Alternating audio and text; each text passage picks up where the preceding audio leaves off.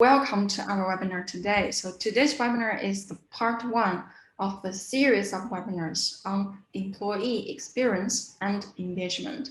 And today we'll be focusing on how to redesign, strengthen, and enrich the onboarding experience. My name is Zijun. I'm the head of consulting from the Arbinger Institute, Singapore, Malaysia. Okay. So before we start, just a little bit of an introduction. Today's webinar is designed by the Arbinger Institute. The Arbinger Institute has published several best-selling books, including the three you can see on the screen. And worldwide, there are nearly 4 million copies sold. Our first book, The Leadership and Self-Deception, has a popular recommendation by many C-level leaders, including the CEO of Genesis Telecom and Slack. Many organizations also made Leadership and Self-Deception a must-read for their new employees. The other two books, The Anatomy of Peace and Our Mindset, are also very popular among people and leaders who have to manage conflicts, change management, organizational transformations, and so on. So as a whole, the Arbinger Institute is recognized as a world leader in mindset change. Arbinger has many presence in different countries and different regions. Now, in Southeast Asia, we operate in Singapore and Malaysia, and we also provide services in the Philippines, Thailand, Indonesia, India, and China. And so that's a little bit of who we are. Now, the reason why we chose to design a series of employee experience is this. We're now in a world where money is no longer the primary motivating factor for a lot of people. So many people, they join an organization because of personal passion, because of an aligned vision, or simply because they admire the organizational culture. But whatever the reason employees join the organization, if we want those people to commit and stay and contribute, focusing on employee experience is the most promising competitive advantage any organization can create. So now the question is, what is employee experience? Well, employee experience equals to everything a worker learns, does, sees, and feels at each stage of the employment cycle. So if we look at the 5 stages of the employment cycle, after interviews and signing the contract, every committed employee has to go through onboarding. So this stage really creates the first impression of an employment, and it determines whether people will stay committed in the long term. And here I have some data and statistics to show you onboarding experience. Okay, number one, a great onboarding experience ensures 69% of the employees will stick with the company for 3 years. And the second one, new employees with good onboarding experience are 18 times more committed to their employer. So the onboarding is no doubt very critical, very important. However, if we were to think about the investment we're making in talent management, right, the majority of the investment actually goes into recruitment. Companies typically spend this money on working with external recruiters, third-party HR consultancies, implement digital platforms using assessments, profiling tools, or simply advertise vacancies on the job portal. Onboarding is massively being overlooked. And again, here are some data, right? 35 of the companies in the UK and US spend $0 on onboarding. And globally, 88% of employees don't believe their organizations do a great job of onboarding. So those are the data we wanted to show you to basically talk about the criticality of onboarding and how it is being overlooked. So what is the implication now?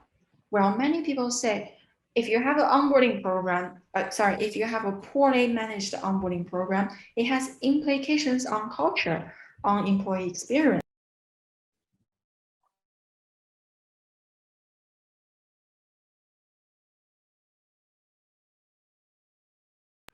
Those things are very difficult to measure anyway. But actually, that's not true because the implication of the bad onboarding experience can be measured by money, by dollars. Okay, let's take a look at the cost of a bad or poor onboarding program. Number one, what we want to look at is the hiring cost. It costs money to hire people.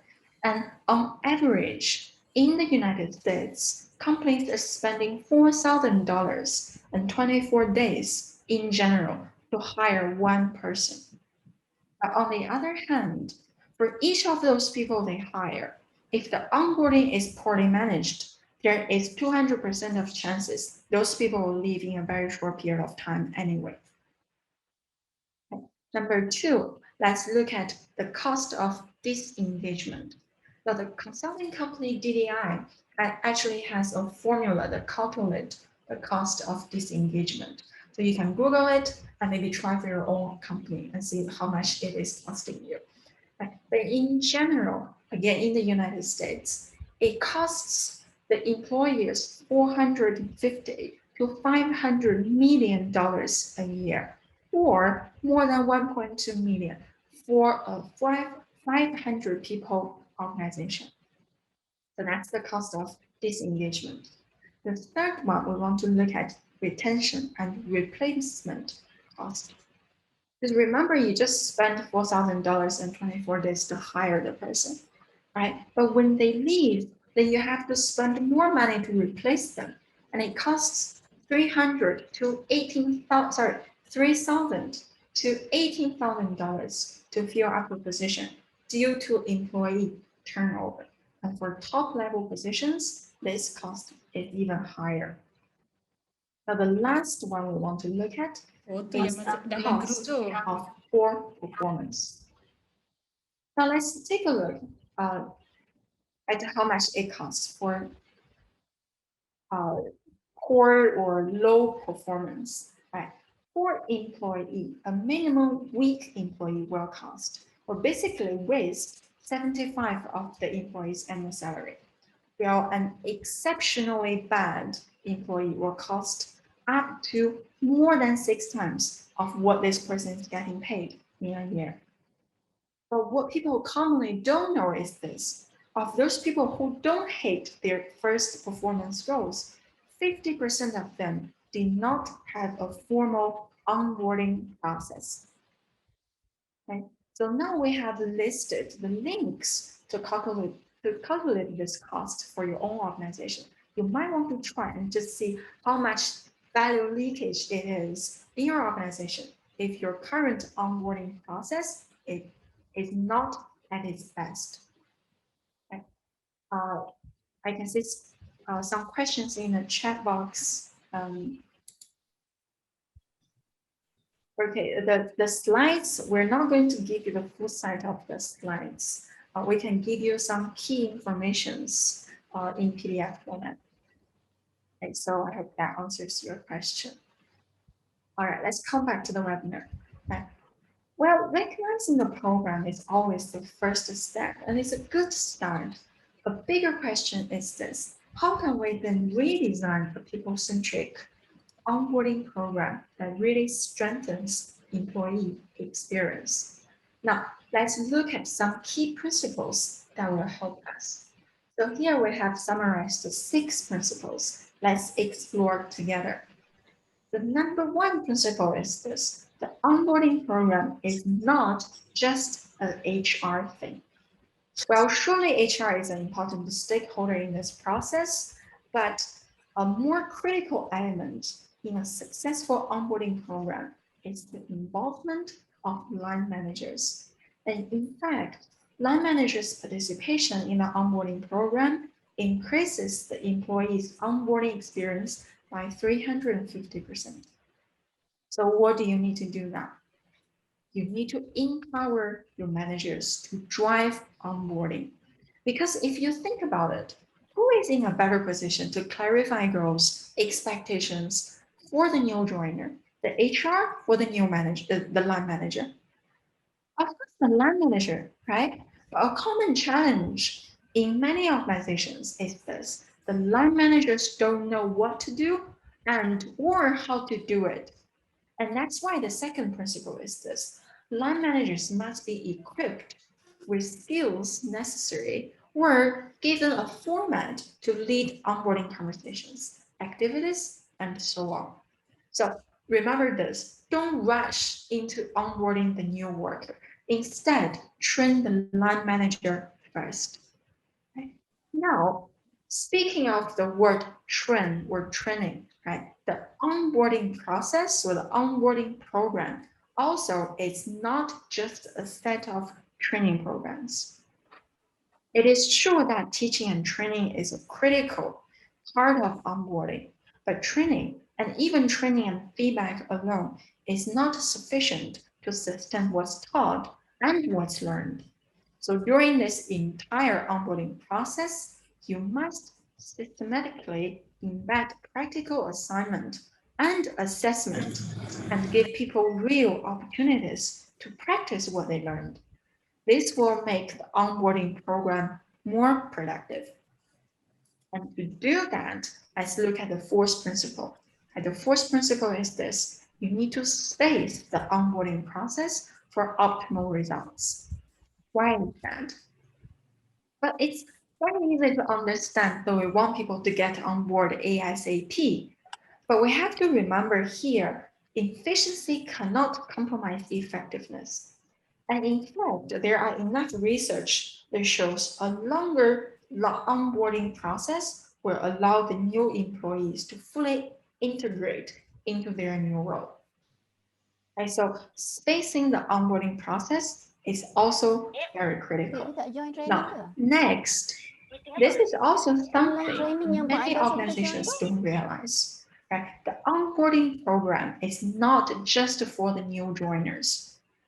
Because the purpose of the onboarding process is not just about process, paperwork, introduction, know what it is, right? The purpose of the onboarding is to get people on board with their career. So for some people, it might be a new career, and those will be the new joiners, the people coming to the company. But for the other group of people, it could be an advanced career or change the career. Right? So for example, people who get a promotion or people who have to raise scale or change business scope. Take the pandemic, for example. Many people had to take up new roles or given new tasks that they don't know much about. And those people also need onboarding, although they are not new employees. Right? So that's number 5 principle. Now let's look at the last principle. And the last principle, last but not least, right? The principle is this: onboarding has to focus on culture and development. Now, this does not just mean have trainings and introductions of what the company culture is. And again, it's about embedding culture and development into everything we do in the company and during the onboarding process. Okay. And now with this basic 6 principles, let's look at some practical changes that we can make to redesign a rockstar onboarding program. Now, if you're familiar with Arbinger, I hope you remember SAM. I see others adjust effort and measure impact. So that's our mindset pattern we have, and we teach in every single workshop. And now we're going to apply SAM to design an onboarding program. And the first step is see others. So now let's think about what are the objectives that each stakeholder of the onboarding program is trying to achieve. First of all, you have the organization as a whole. Okay, so what is the organization trying to achieve? Well, it might look like something like this.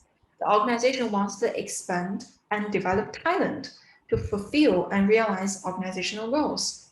They also want to ensure new joiners start their work in the organization with the right mindset, strong culture fit, and commitment. And last, the organization also wants to create and expand space for the individual to grow and thrive. So that's for the organization. What about the HR? Well, the HR needs to handle and take care of the admin matters. They need to help the new joiners to get familiar with policies, protocols, and feel comfortable in the workplace.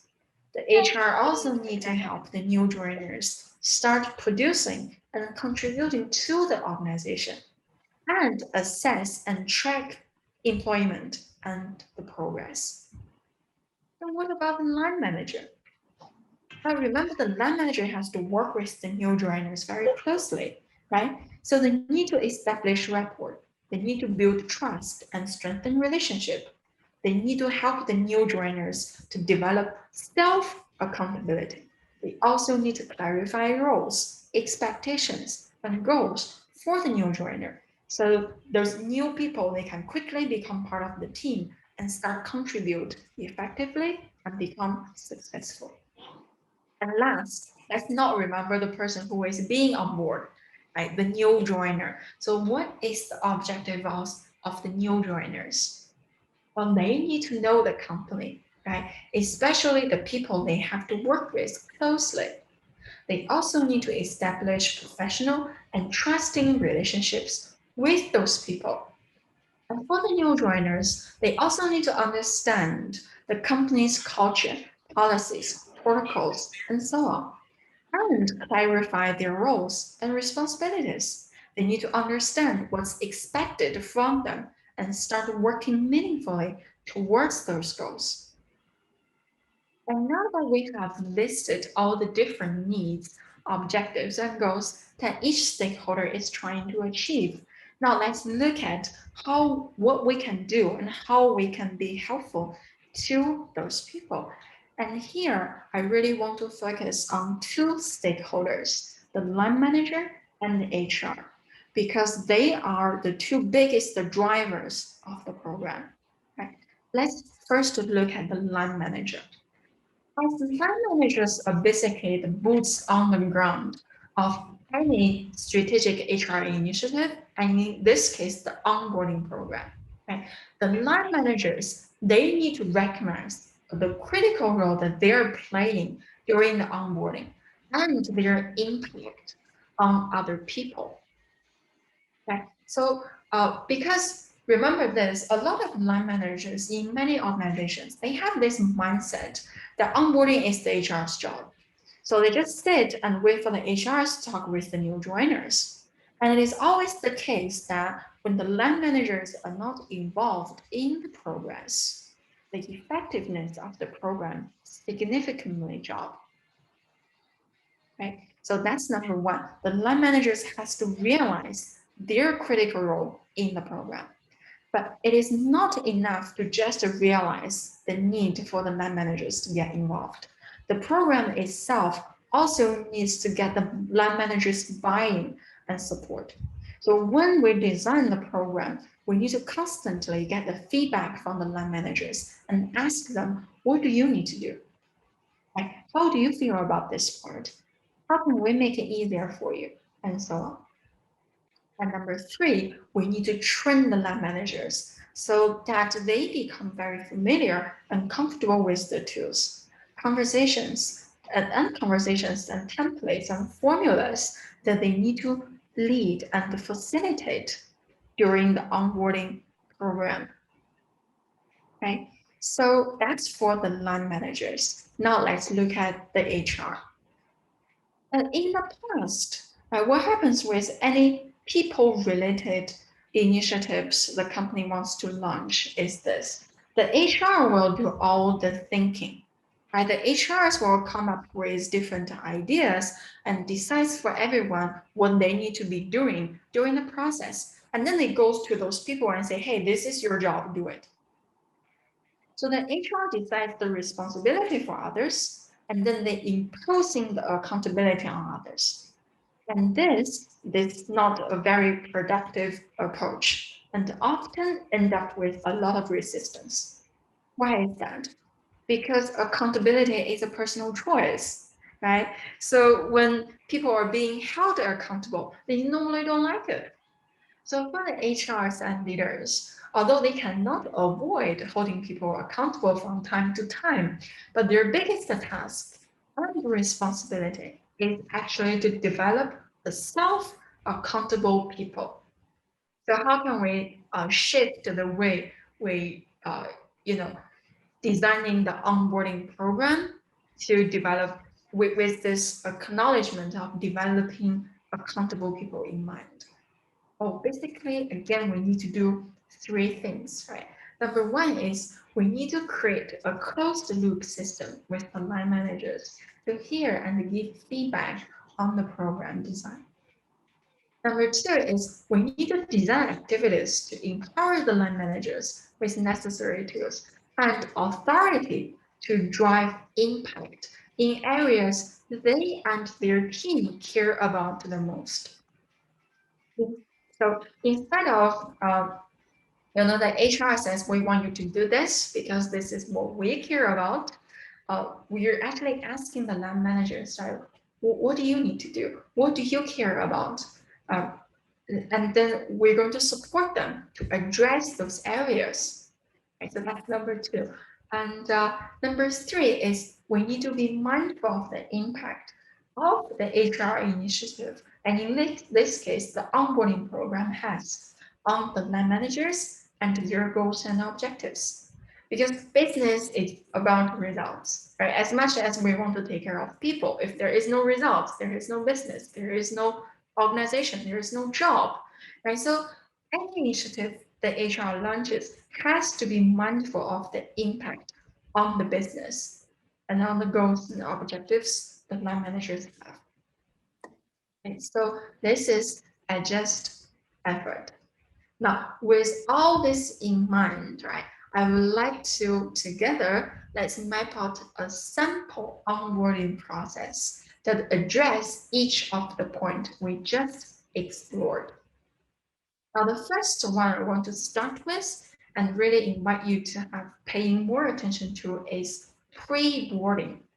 Now, many companies start to realize it is not enough to only start paying attention to employee experience on the day they come into the office. The employee experience has to start way earlier than that. And the pre-boarding will help you connect with candidates before they come in. And in many ways, this actually sets the tone for the onboarding experience and also the company culture. Right. So some of the pre-boarding ideas on this, you can send a welcome email. You can even send a welcome package, or it could be a coffee mug, it could be a notebook, whatever you decide.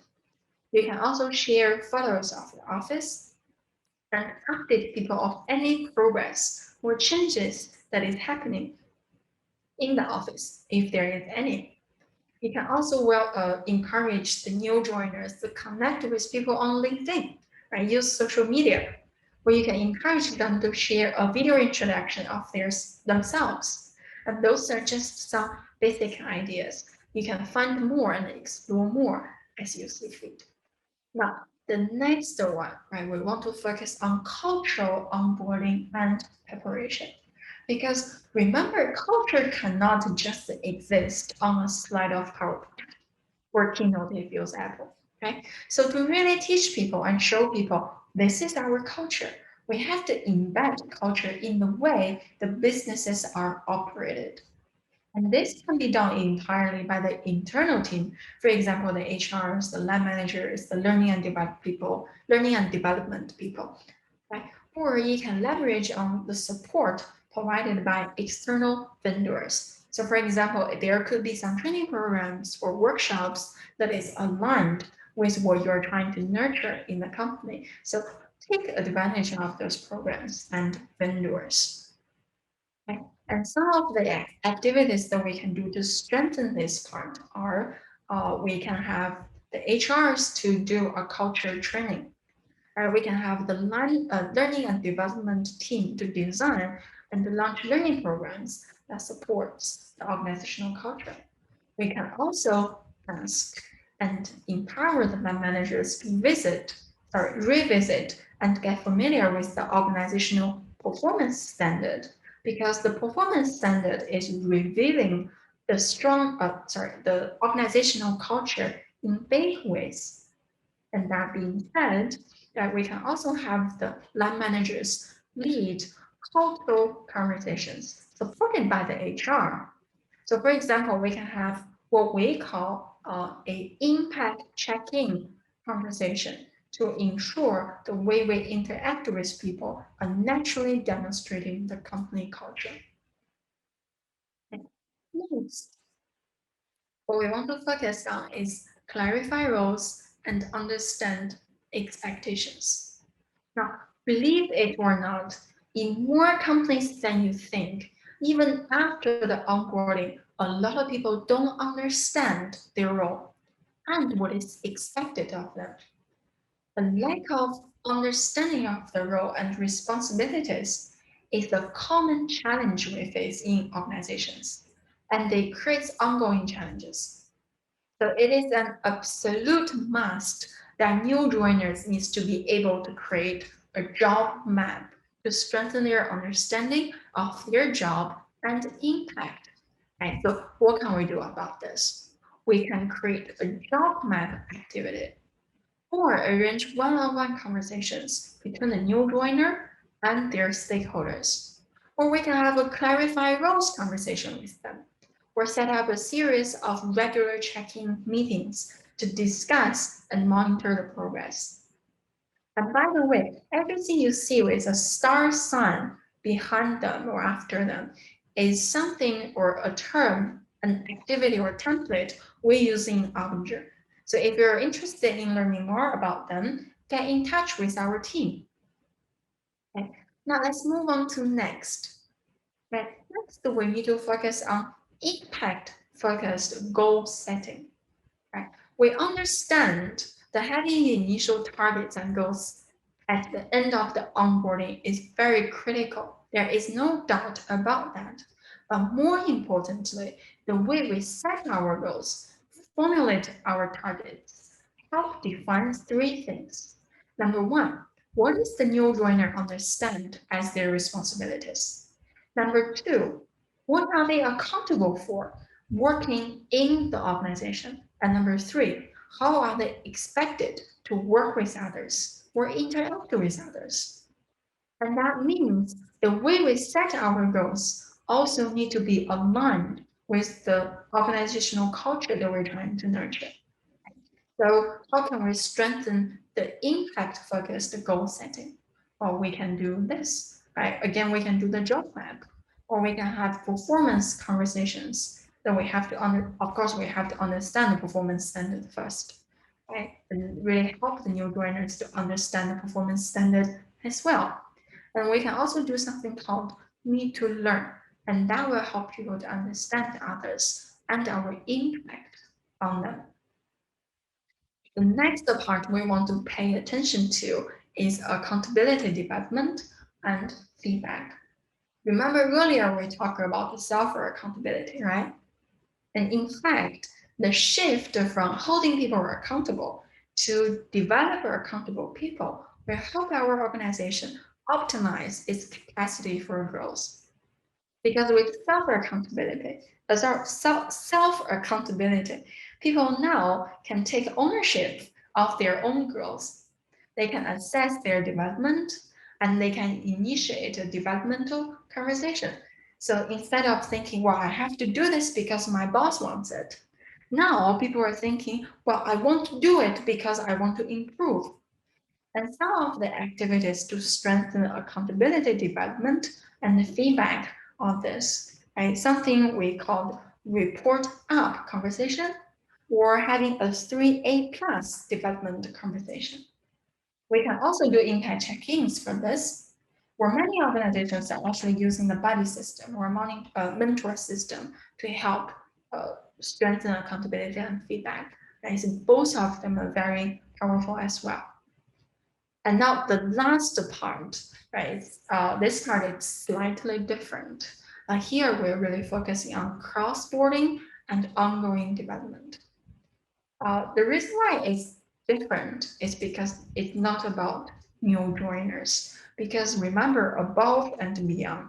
And another way to fill a position is by assigning current employees with a different job or to reskill them, right? So with that in mind, some of the benefits of cross-boarding is cost reduction, increase employee motivation, accelerate employee development, and help people develop better understanding of the organizational culture.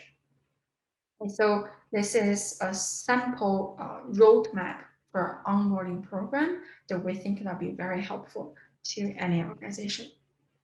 Now, uh, so let's move on to SAM, right? SAM, the last part, measure impact.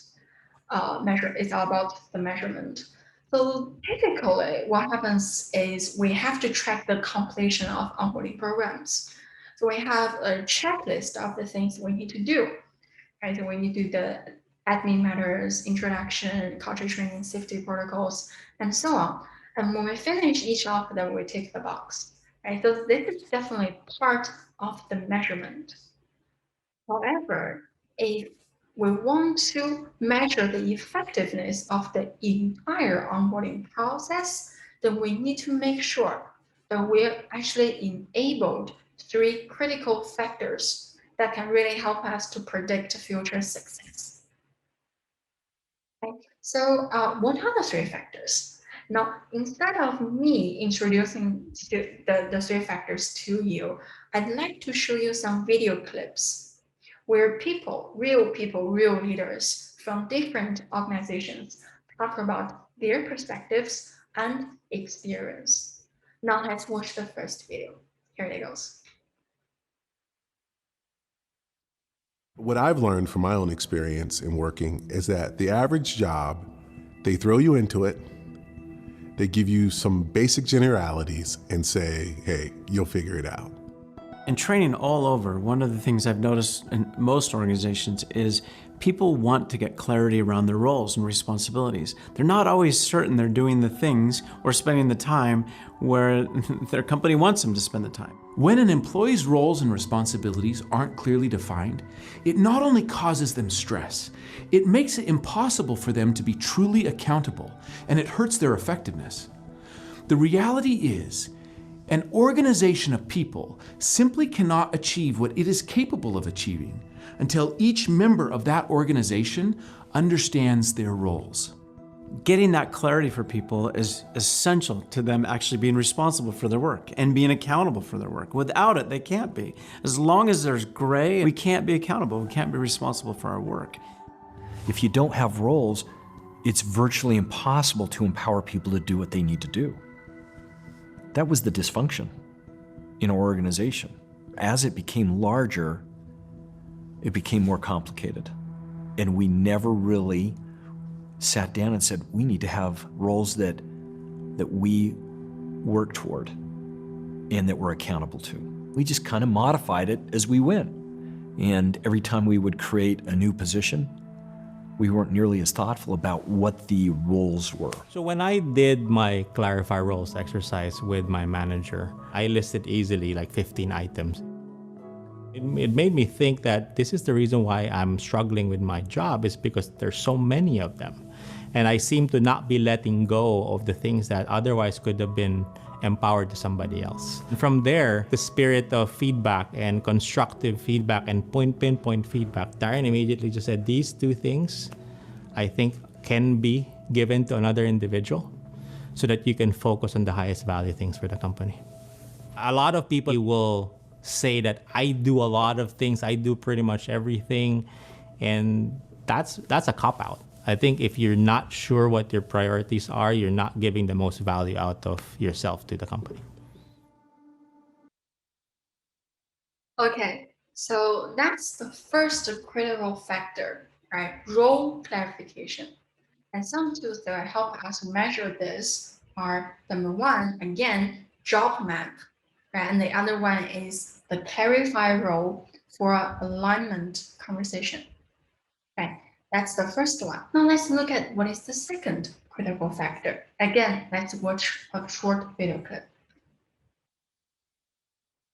Shortly into my role as running our mortgage banking network, the CEO approached me and he approached my boss and said, "Hey, I think you two are working at about a 71% efficiency level."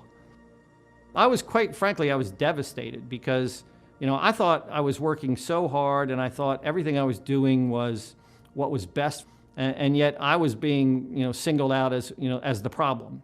I was so confused about what I was doing wrong and what was going wrong. And I said to him, I said, "I don't get it." Clearly I was being counseled that I was the problem, but everything I'm doing is right. He said, "Warren, it's not enough to be right." That's when it hit me.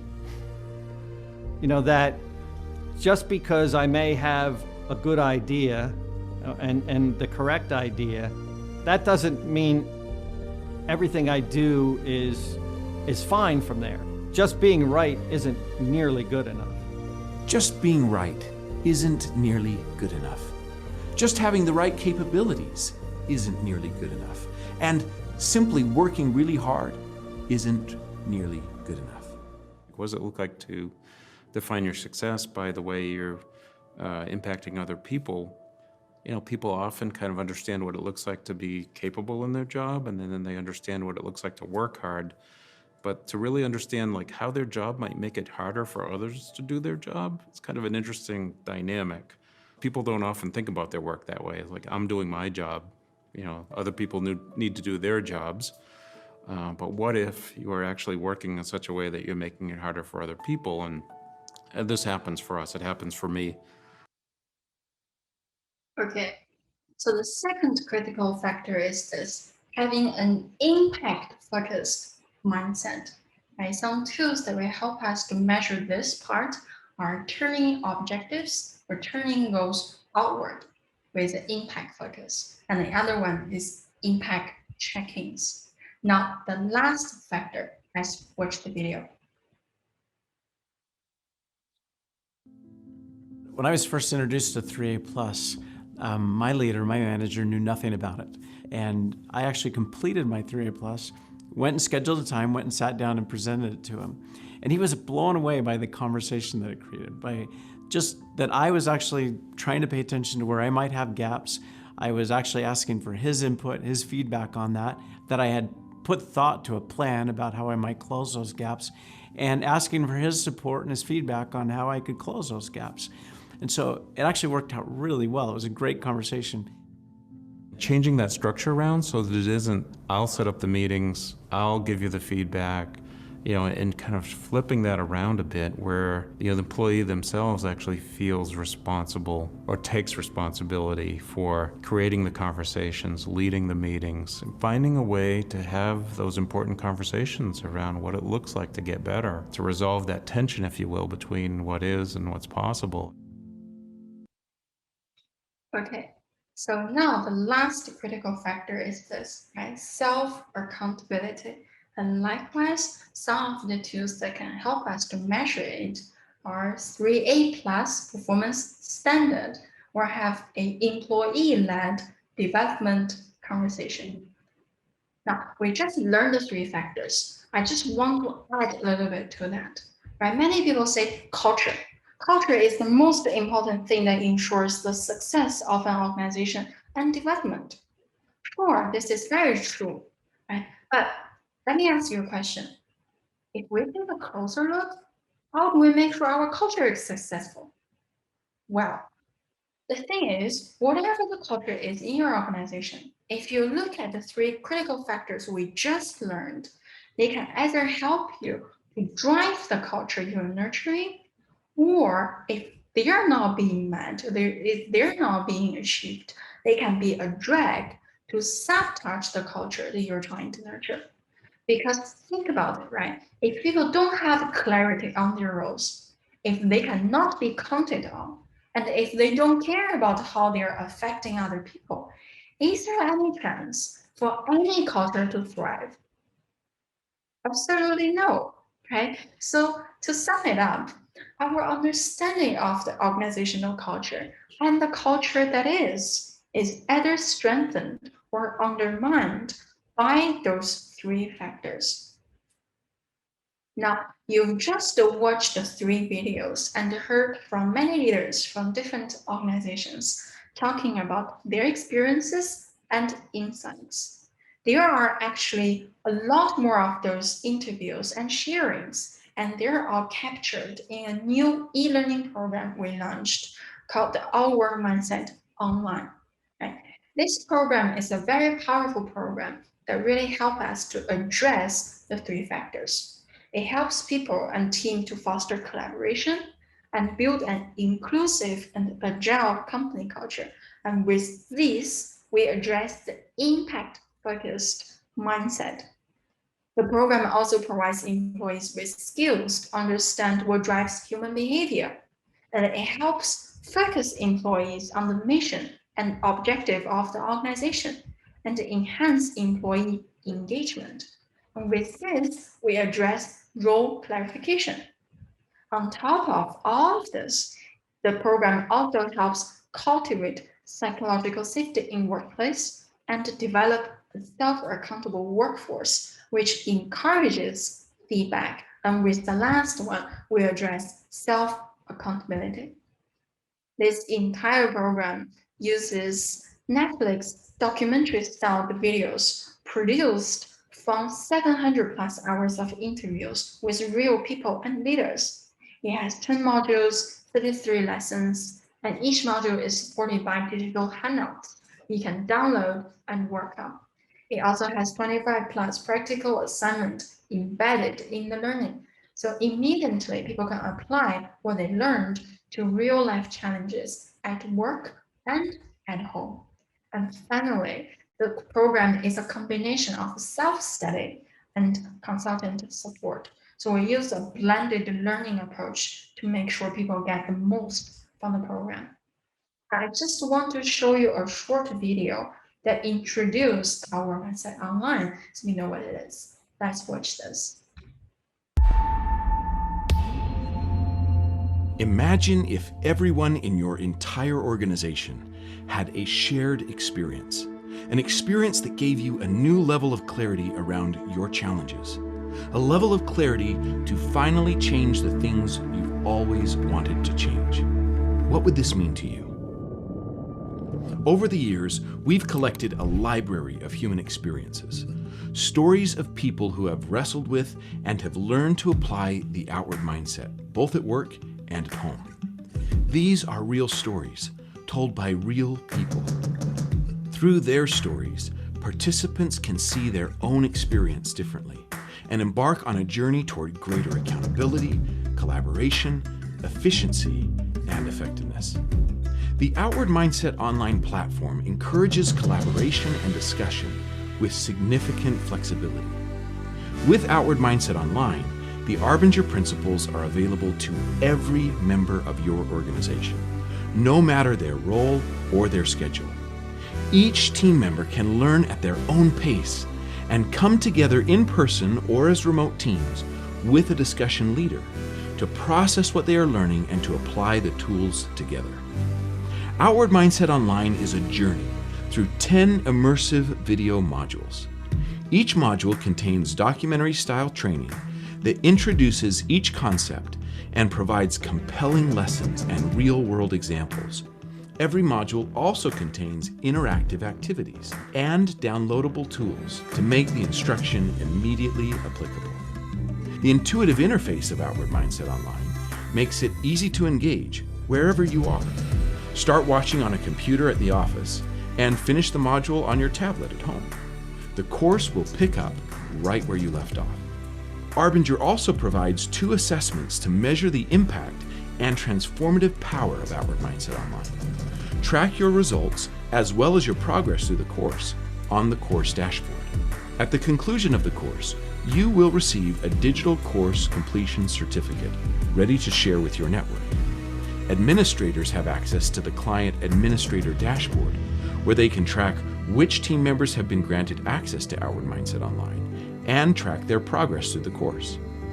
Outward Mindset Online is designed to be flexible. If you have already gone through the 2-day Outward Mindset workshop, This course is the perfect sustainment tool and will deepen your knowledge and understanding. Engage with the stories and practice applying the tools to each new challenge that you encounter. The 2-day and online courses together are the most powerful combination to ensure lasting change. Not everyone can attend a live workshop, but everyone needs a common vocabulary and practical understanding of the outward mindset principles and tools.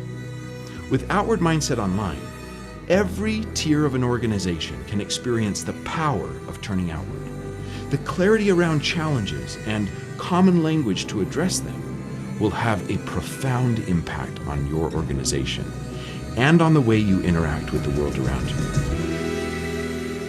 Are you ready to harness the power of the outward? Okay, so this is the video. And with that, I've just shared a simple yet powerful way to redesign and strengthen the onboarding program. So what's next? Right. Next, I'd really love to invite you to experience the Outward Mindset Online program. You can scan this QR code or email us at clientrelations@arbinger.com to request access for 2 free modules of the program. Now, also, you can set up a meeting with us so we can better understand your needs and requirements to suggest a helpful way forward. And don't worry about the QR code. We'll show in the end of the slide as well. Another thing that you can do is to introduce Arbinger to your senior management team by setting up a 45 minutes complimentary mini talk. That you can choose one of the 3 topics below, and we're more than happy to present for your senior leadership team. Now, the 3 topics are this. The first one, are we fostering, nurturing, and deepening silos? With this topic, we're talking about how to make goal setting a key culture strategy. The second topic is 3 keys to behavior change. With this, we introduce how you can increase the chances of success by 400%. And the third topic is developing self-accountable people. And here we're talking about the performance management people actually like. And another way to explore Arbinger is to explore our workshop. So you can attend our public workshop or run an in-house pilot workshop for your small team. Our next public workshop is on the 5th and 6th of July. It's a Monday and Tuesday. It's virtual, it's online, right? So anyone from anywhere can sign up for it. Another way to explore Arbinger is to customize a staff talk with Arbinger consultants to address your organization's urgent inward mindset pinpoint.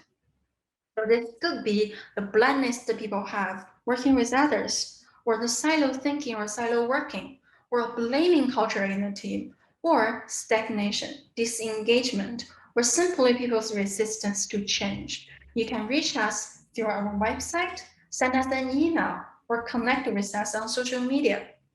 Okay? And we have now a little bit time left, and I'm happy to invite my colleague Cynthia to join us, and we are more than happy to answer any questions that you have.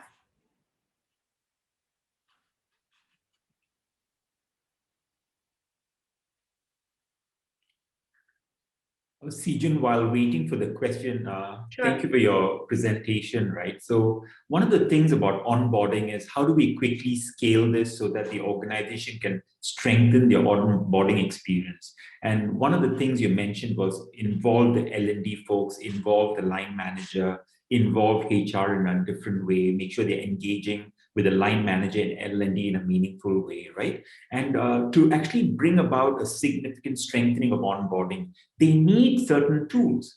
And one of the things that we are very proud of in Arbinger is Outward Mindset Online. It's a very, very powerful program that can quickly scale and strengthen onboarding by introducing the 3 things: role clarification, right? Impact-focused goal setting, as well as self-accountability. All these 3 components are critical components Outward Mindset Online. So imagine when a new employee or new joiner comes in, they are also starting the Outward Mindset Online program, and they're starting to actually learn about all these things. together with the line manager, they are experiencing, they're discussing. So it becomes a sustained program. And over a period of a few weeks, actually, they're starting to understand the culture expectation of the organization, of the team, of the leader. So something really to think about. We encourage you to try the trial program, the 2 modules, so that you understand how it can actually quickly support onboarding strengthening. Yeah. We have a question or somebody The on the program chat. definitely provides people a common language to navigate the whole process. Yeah. Louisa asked, how do you manage onboarding when people are working from home? Louisa, the same thing, right? Working from home means we are not physically together. We are remotely, we have to be virtually together. So it is totally possible to actually adopt the same strategies for work from home arrangements as well. When people are working from home, the criticality is how often are there conversations happening, video switched on so that we are seeing each other. And Louisa, it is possible. It is possible. Yeah. Yeah.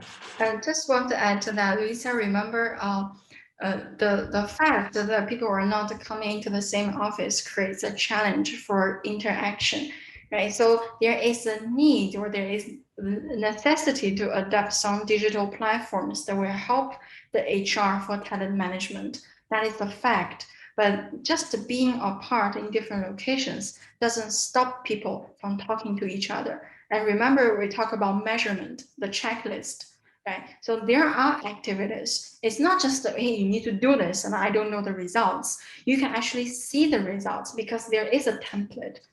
When you see how people set their goals, when they see people having their job map or 3A plus conversations, that means the onboarding is being done, right? So think about this way.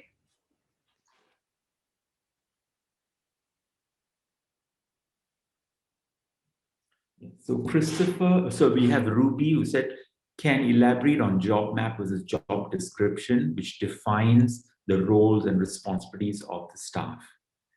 Okay, so Ruby, right? A job map typically is part job description, but you usually have, okay, what are your roles, what are your goals, and so on. But it doesn't capture who are the people that you impact and how you impact them. So a job map is more comprehensive. It also weaves in the people that you need to work with, the people that you impact, how you impact them, and what do you need to do to mitigate any negative impact you might have.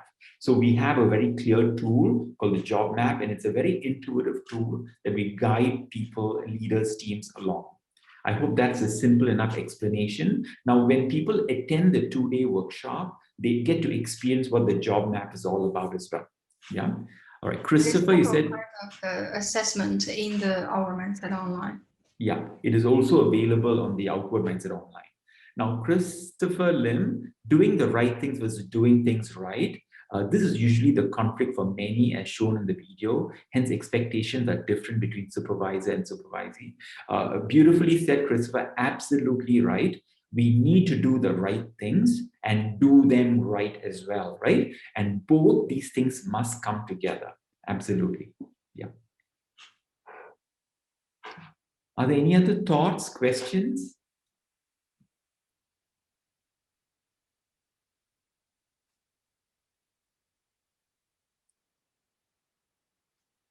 Yeah. All right.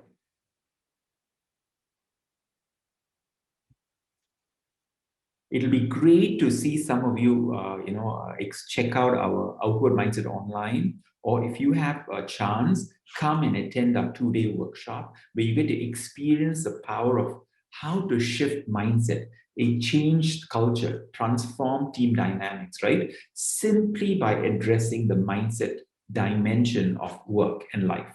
Louisa, you said, is there a specific program to cover all the things you mentioned in onboarding? Yes, Louisa.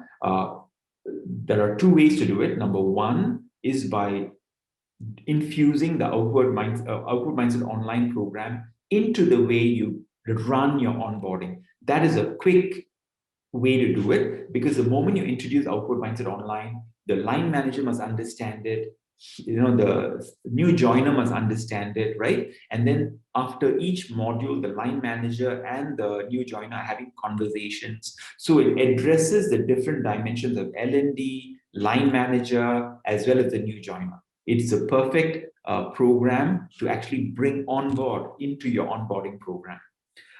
When are the free modules coming up? Geeta, it is already available. If you just scan the QR code, you will straight away be able to register to the to the Output Mindset Online free modules, right? So you can quickly get them immediately.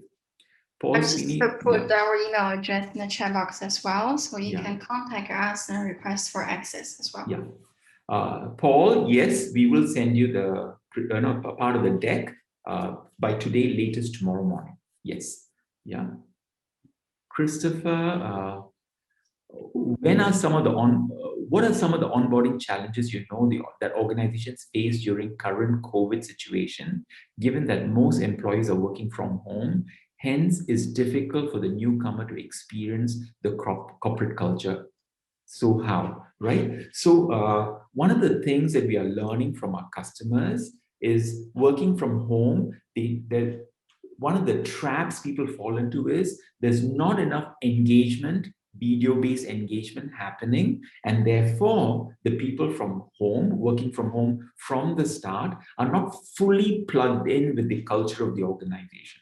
Right? So by adopting the three critical factors, right? Clarifying roles, impact mindset, impact focus, goal setting, right? Self-accountability, by making sure that we have all these tools coming together, the person working from home has now no choice but to actively engage with the different stakeholders and make sure they are connected with the organization, given the limitations of working from home, right? But there is still a way to make sure we're engaging, we are understanding, we are listening to each other, we are talking to each other. So it can be done. Of course, it is not as good as being in person, but given the reality that we are in, it is still possible, still doable, and it still yields very good results. It still yields very good results.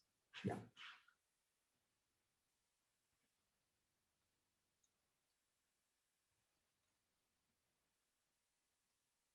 Are there any other questions?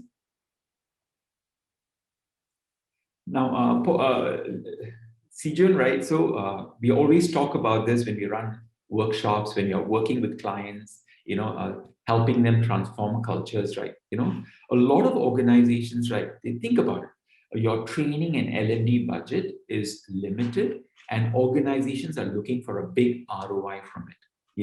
Now, but inevitably, right? A lot of organizations end up spending their limited resources on typical trainings like team building, communications, etc., right? Now, but if you just think about it, right? Are these skill sets that people don't have, or they have it, but they are not demonstrating it? Now, I would like to suggest that a lot of the training that people and organizations end up, deploying are to address skill sets that people innately have, but unfortunately are not manifesting, demonstrating. So what we find is when we are able to address the mindset, what happens is a lot of resource allocation toward basic trainings like team building, communication programs, etc., can now be saved for more strategic value-added development. So we'd like to encourage you to consider what it means to address the mindset component of culture so that we can use our resources for more value-added development.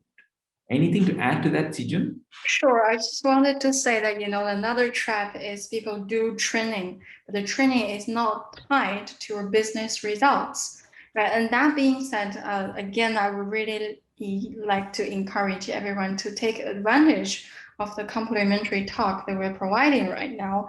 The three topics, if you notice, they are tightly embedded with one aspect of the business. Goal setting, everybody does it, right? Every department does it. And change your behaviors, that's what we want to do. We have a new normal. And then performance management, who doesn't have to manage performance, right? So again, I think similar to what you just mentioned, if we have a limited budget, we are always spending the money. Some superficial or general programs that does not provide business results, or the program is tied with business results. That's something to reflect on. A construction company comes to my mind, Sijun, right, where they are saying, in Singapore, we talk about, hey, we used to be focused on being a garden city, and now we are focused on being a city in a garden, right? So last time we used to do the mindset training, and then we used to do goal setting. But now a particular client said, no, Senthil, we want to do goal setting, and we want to do it the outward mindset way. So we had to literally curate a very unique, very powerful program for them, where they are driving goal setting and implementation, execution, monitoring with an outward mindset perspective. Performance management, onboarding, and so on. Everything included. So what the program is infusing mindset into the way they drive all these different components, which is very, very exciting. Yeah. So Louisa, we can send you the details about how much is the online workshop.